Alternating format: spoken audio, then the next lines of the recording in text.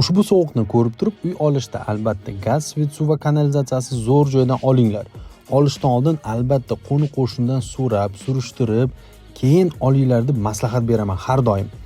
Aynan shunaqa kvartira qidirib turgan kuzatuvchilarimiz bo'lsa, siz uchun zo'r variant topib qo'ydim-ku, 53 kvadrat metr.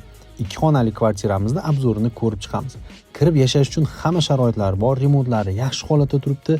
Keyingina balkon va parkovka maydoni ham mavjud.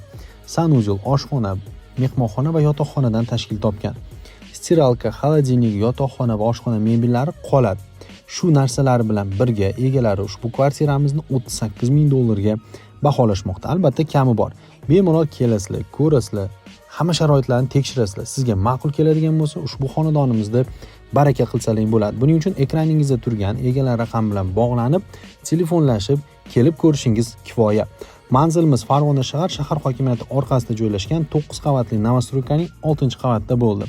Liftlar ishlaydi, hamma sharoitlari bor va eng asosiysi Korzinka supermarketi, san'at saroyi va Media Park shundoqqina yonginangizda.